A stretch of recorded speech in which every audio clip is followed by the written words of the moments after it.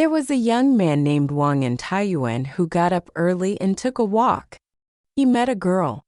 He saw that she was walking alone with a bag and it was very difficult for her to walk. He hurriedly approached and saw that she was a beautiful girl in her 20s. He was very attracted to her. He asked, "Why are you walking alone at night?" The girl said, "A stranger cannot relieve my sorrow. Why do you bother to ask me?" Wang Xing said, "What are your sorrows? I may be able to help you. I hope you will not refuse."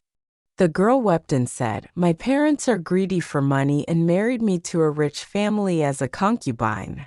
But the eldest lady in her family is very fierce. She beats and scolds me day and night. I can't stand it, so I want to run away." Wang Xing asked, "Where are you going?" The girl replied, "A fugitive has no fixed place." Wang Xing said, "My home is not far from here. Come and sit for a while." The girl was very happy and agreed to his request. Wang Xing carried her bag for her and took her home together. After entering the house, the woman looked around and saw that no one else was there, so she asked, "Why don't you have a family?" Wang Xing replied, "This is the study." The woman said, "This house is the best. If you pity me and let me live, please keep it a secret and don't leak the news." Wang Xing agreed to her and slept with him. He let her hide in the secret room. After several days, no one knew about it. Later, Wang Xing vaguely told his wife that his wife's surname was Chen. She suspected that the woman was a concubine of a wealthy family and advised her husband to drive her away, but Wang Xing didn't listen. One day he happened to go to the market and met a Taoist priest. The Taoist priest looked at him in surprise and asked, "What did you encounter?" Wang Xing replied, "Nothing." The Taoist priest said, "You are surrounded by evil spirits. How can you say you didn't encounter anything?" Wang Xing repeatedly denied it, and the Taoist priest left, muttering to himself as he walked, "How foolish! There are people in the world who are not aware of the imminent death."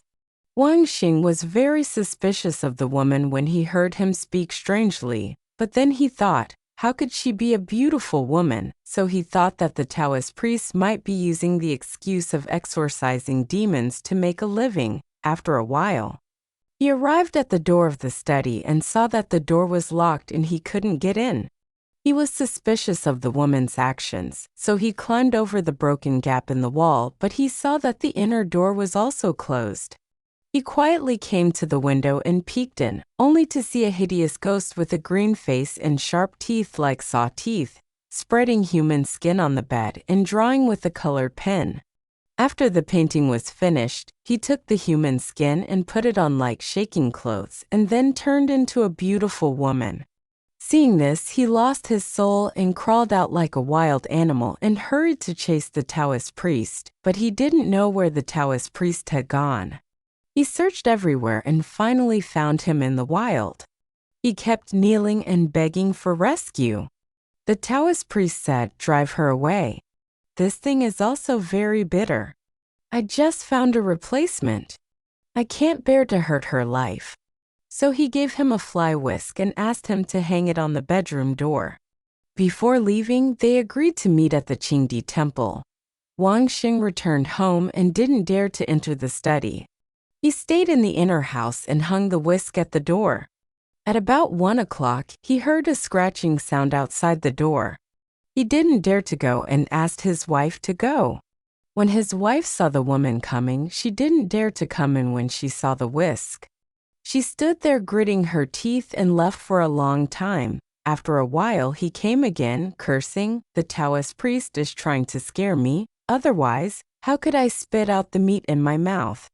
Then he took the whisk and crushed it, broke the door and rushed in, went straight to the bed, cut open Wang Xing's stomach, took out his heart and took it away.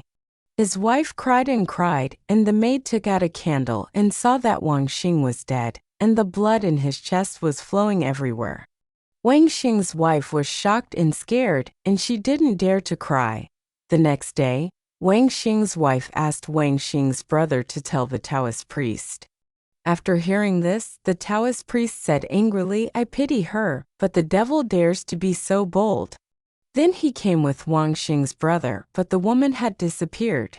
The Taoist looked up and said, Fortunately, I didn't run far away.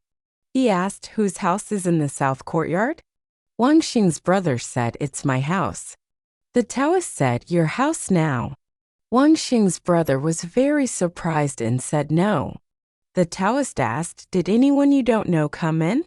Wang Xing's brother replied, I went to the Qingdi temple this morning. I don't know what's going on now. I'll go in and ask. After a while he came back and said, Sure enough, there was one. An old woman came this morning and wanted to be a servant in my house, but my wife didn't want her. She's still there now. The Taoist said, That's her. Then they went to the south courtyard together. The Taoist stood in the courtyard with a wooden sword in his hand and called out, Evil ghosts, return my whisk. The old woman was panicked in the house, her face pale, and she wanted to escape. The Taoist rushed over and stabbed her with a sword. She fell down immediately, her skin peeled off, and she turned into a hungry ghost, lying on the ground and screaming like a pig. The Taoist cut off her head with a wooden sword, and his body immediately turned into a wisp of thick smoke, forming a circle on the ground. The Taoist priest took out a gourd, uncorked it, and put it into the pile of smoke. The mouth of the gourd sucked in the smoke like a human mouth. The Taoist priest plugged the mouth of the gourd and put it in a bag. When everyone saw the human skin, they found that it had all the features of the human body. The Taoist priest rolled it up like a scroll and put it in his bag before saying goodbye and leaving. Wang Xing's wife, Chen, fell to the ground and blocked the door, crying and begging for a way to bring back the dead. The Taoist priest refused and said, It's impossible. Chen became even more sad and lay on the ground unable to get up. The Taoist priest pondered for a long time before saying, My magic is still shallow and I really can't bring the dead back to life. I can point out someone who may be able to do it. If you go and ask him, it should work. Wang Xing's wife asked who it was. The Taoist priest said, There is a madman in the market who often lies in a pile of dung. Go and try to kowtow and beg him. If he insults his wife, don't get angry. Erlang also remembered the Taoist priest's words. So he bid farewell to the Taoist priest and went to the market with his sister-in-law. The beggar was seen singing crazily on the road, with snot 3 feet long, so dirty that everyone despised him. Chen knelt down and walked to the man.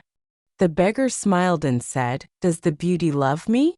Chen told him the reason for begging him. The beggar laughed and said, Everyone can be a husband. Why save him? Chen begged bitterly, and the beggar said, Strange. A dead person asked me to save him. Am I the king of hell? He angrily hit Chen with his cane, and Chen endured the pain and took the beating. More and more people came to the market, surrounding them like a wall. The beggar coughed up a handful of phlegm, raised it to Chen's mouth, and said, Eat it.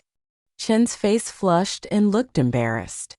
Thinking of the Taoist's instructions, she forced herself to eat it, and felt that it went into her throat and was hard like a cotton ball.